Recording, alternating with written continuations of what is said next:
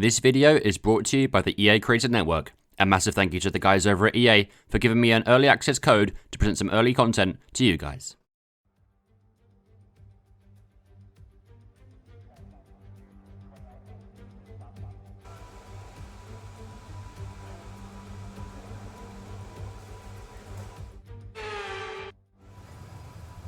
What is going on, ladies and gentlemen? Welcome back to another F1 22 video. Today, I'm going to be taking you guys for a 25% race around Silverstone, which I believe is something like 13 laps. We're going to do a one-shot quality first of all, and this is all live as well. I'm going to be doing this as a live recording, not as a live stream, of course. I'm not going to do that yet.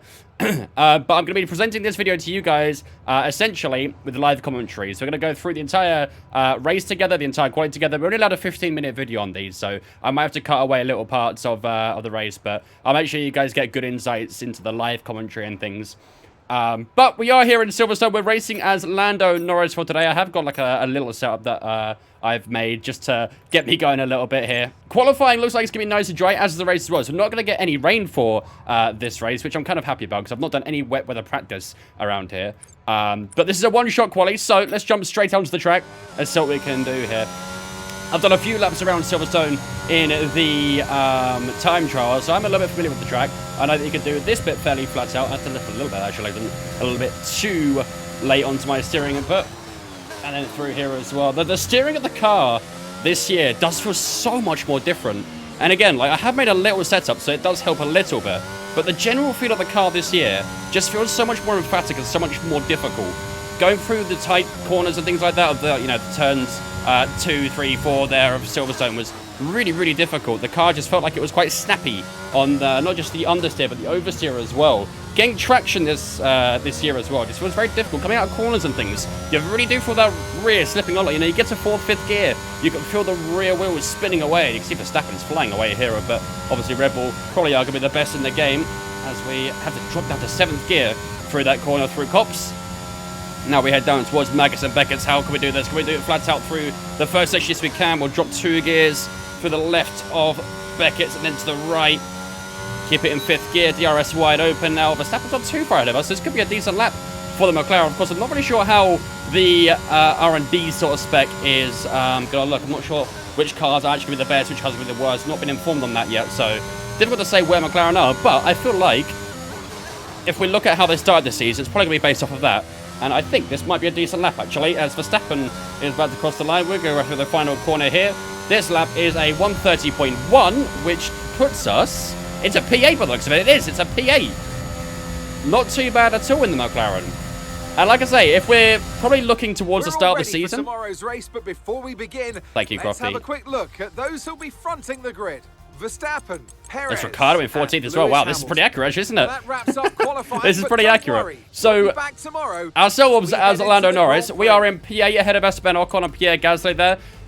We can see the 2 Ferraris ahead of us, the 2 Mercedes as well, Hamilton and Russell, who haven't done as well as you probably expect them to this year. Although Russell's had a fairly good start to the year, but Hamilton not so much. But they're quite high up as well. Red Bull and Ferrari up there as well. Further down, we've got Bottas in 11th, Tsunoda, Magnussen, our teammate Ricciardo, of course, in 14th. So 8th and 14th for McLaren. Us as Norris and Ricciardo as himself, obviously.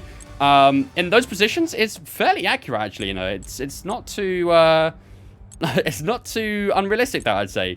And then behind Ricciardo, you've got Schumacher, Albon, Vettel, Stroll, Zhou, and Nicolas Latifi as well. So not too unrealistic, that grid, to be honest. The only kind of noticeable exceptions really would be Hamilton, I guess. But anyway, enough of that quality stuff. We are 19th on Verstappen, so not too bad. Let's jump into the race. All right, ladies and gentlemen, it is race time here in Silverstone. Qualifying over and done with there. We are starting P8, which isn't too bad. I'm fairly happy with that. So, obviously, you heard David Croft at the end of the qualifying outro there. However, in F1 22, you are able to change the commentators for the commentary, obviously. So, obviously, we had David Croft there. However, I've just switched it up to Alex Jacks. So, when we start this race, you are going to hear Alex introducing you to the Formula 1 Silverstone race. Listen to this. Welcome to Silverstone, home of the British Grand Prix. This iconic track held the very first World Championship race back in 1950, and it's a firm favourite among fans and drivers alike. The 3.6-mile long Silverstone circuit is one of the longest of the season, with 18 corners in the current layout. With average lap speeds reaching around 145 miles per hour, it's also one of the quickest tracks of the year. Watch out for cars taking the right-handers of Abbey and Copse flat out. So there you go. You can switch up the commentators to whoever you want now between David Croft and Mr. Alex Jackson himself. So, like I said, we are starting P8 for today's race. This will be our strategy vlog. So they wanted to go for a soft medium. Of course, this year, you are allowed to change up your strategies, of course. You don't have to use the tyre that you qualified on. So if you wanted to, we could actually use the medium, go for 8 laps, then go soft to 5. Do you know what? I like that. We're going to go for that. A bit of reverse strategy. We'll drop this fuel down a little bit too. 13.8 should be okay for me. So, without further ado, we're going to switch up that strategy to an 8 and a 5 with a medium and a soft. Let's get into it. 20-minute race. Let's see how we get on. Of course, we haven't got the formation lap on. I probably should have put it on, to be fair, but I'll say that for another video, I guess.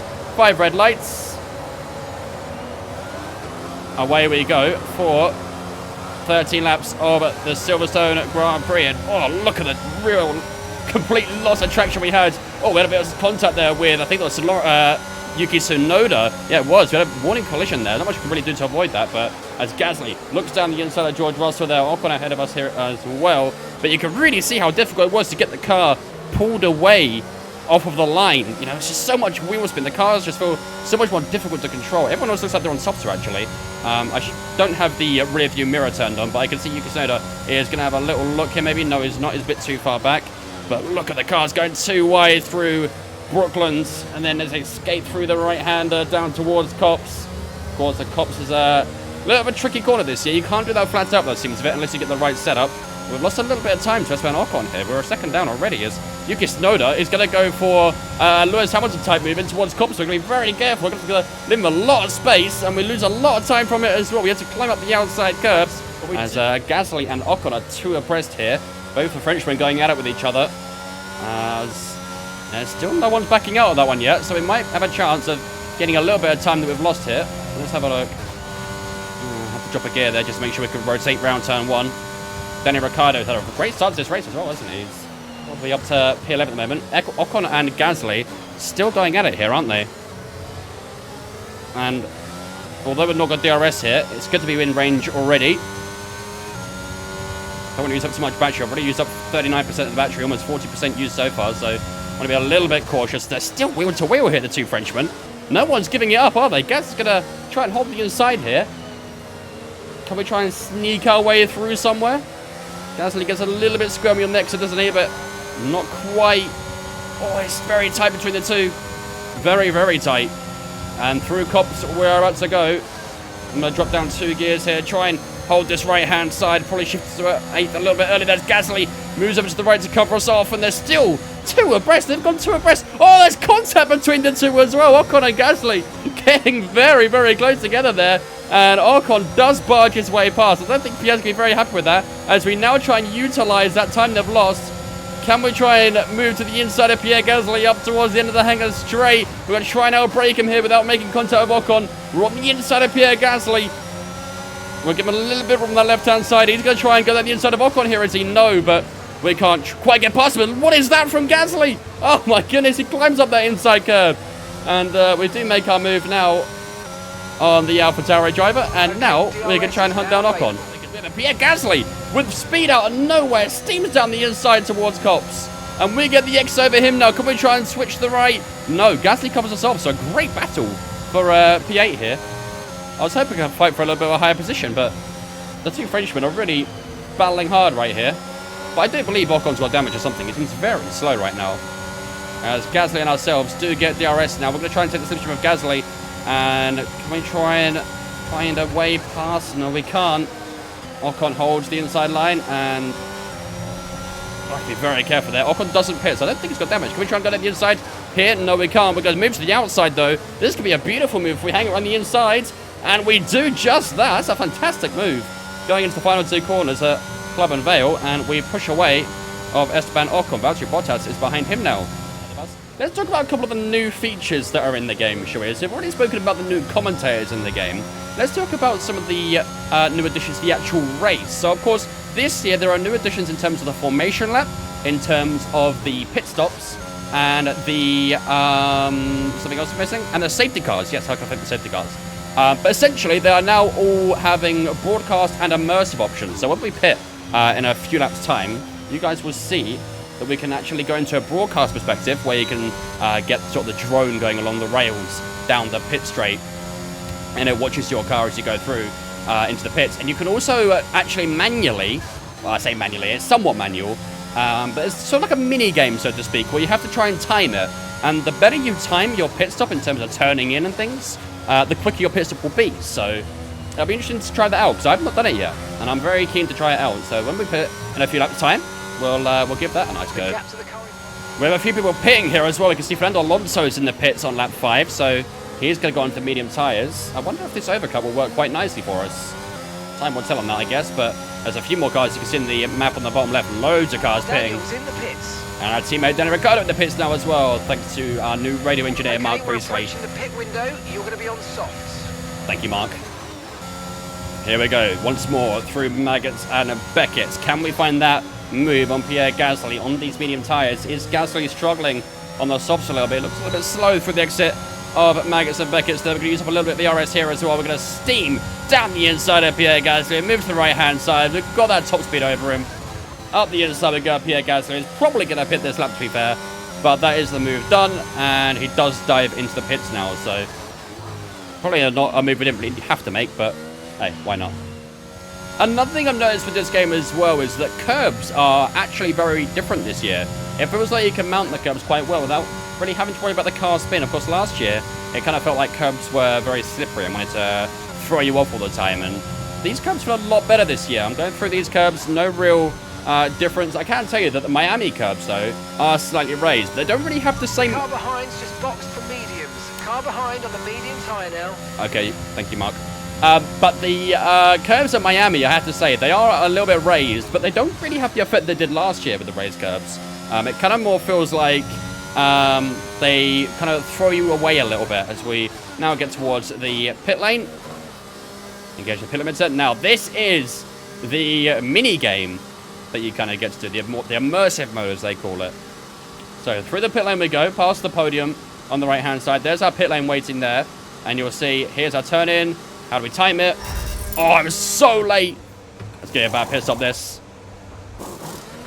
I was way too late. 3-second pit stop for ourselves there. But that does show you what the pit stops are like now, though, with those new changes. You have to be very accurate. I assume it'll probably only take a few times around before you do get it right, but oh, look at how long this pit line is now. 38 seconds. Strategy complete. See these tyres through to the end now. As we now come up the pit lane, are we ahead of Pierre Gasly? We are just ahead of Pierre Gasly and on the fresher tyre too. So beautiful stuff there. But yeah, it's going to be really fun doing the pit stuff in the career modes and stuff. I don't know if it'll be something you could do on multiplayer.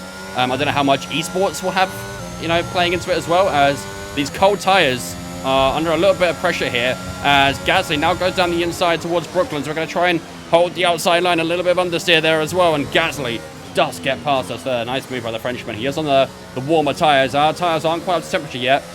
One of the new things as well with the game that I've not mentioned yet is tyre temperatures coming out the pit lane now are simulated. There is an option to turn that off as well if you don't like it, so you can have warm tyres go to the pit lane, but the first lap that you do with your tyres, you're going to have blue tyres. Unfortunately, I can't show you my... I don't know what button number 12 is, so I can't move my menu across. I don't know what button number 12 is on my wheels. So, but you would see when you come out the pit lane, you're going to have blue tyres, probably around 70 degrees, because I believe that's the tyre blanket warming phase. So you're going to have blue tyres, cold tyres, coming out the pit lane, and it's your job to basically warm them up. But of course, that is an option you can turn off. So if you don't like that option, you think, probably a little bit too much for me, then you can turn that off, and you won't have to worry about it.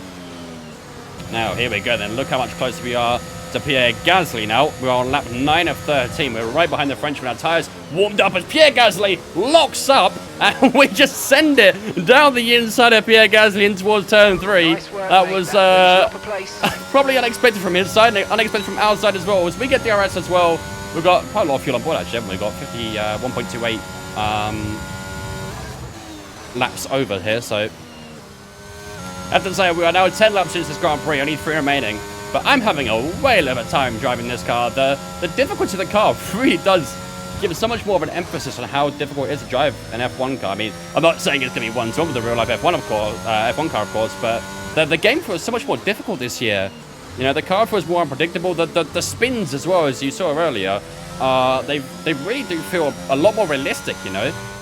But not only is there sort of like a difficulty phase to the game as well. Like I said in the Miami video, the game feels so smooth.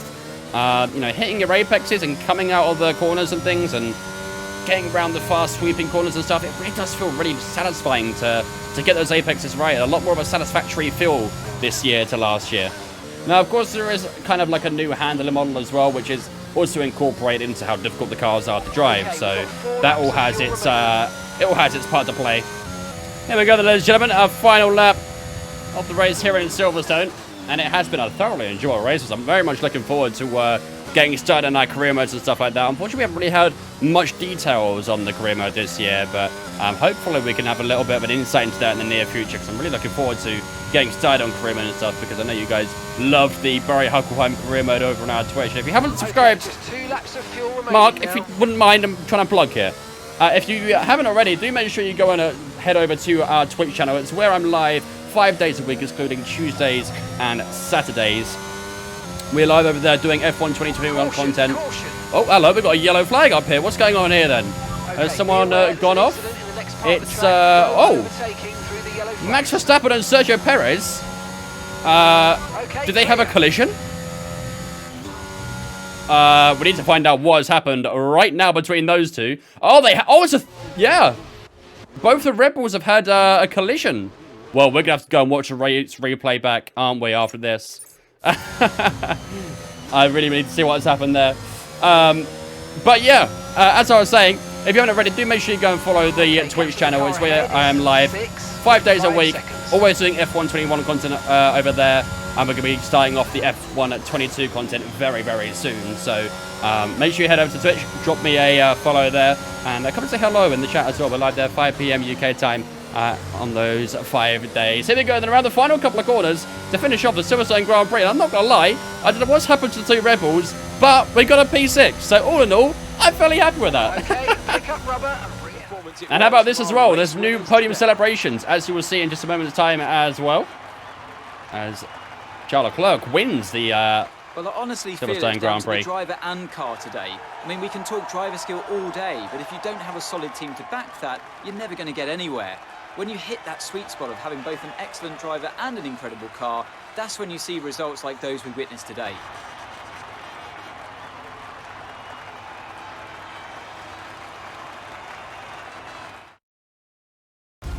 Looking at the podium, you can see that red suit, familiar to fans across the globe. A world-class win for a world-class team. Ferrari, do it again. But how about that for a little entrance into the podium? It's like a little light show in there with all the digital panels on either side. It's really cool to see. They've sort of, the EA have sort of innovated this whole modern digital concept into the game. So, yeah, really nice podium celebrations. Really, really cool to see those sorts of things. And it's always like a nice little surprise to see when those things happen. All right, I don't know about you guys, but I'm very keen to see what happened in that final lap. So let's go and have a look, shall we?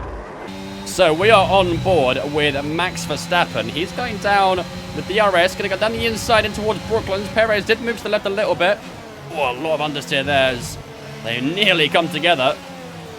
Verstappen holds the outside, Perez on the inside. They're going to go wheel to wheel with undercops, aren't they? This might seem a little bit too familiar to Verstappen, won't it? As he gets the slipstream, moves to the outside. Is Perez going to allow it? He is.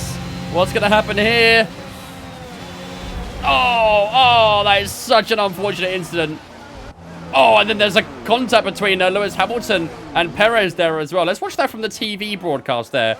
Because, like I said, there were 3 wide, actually.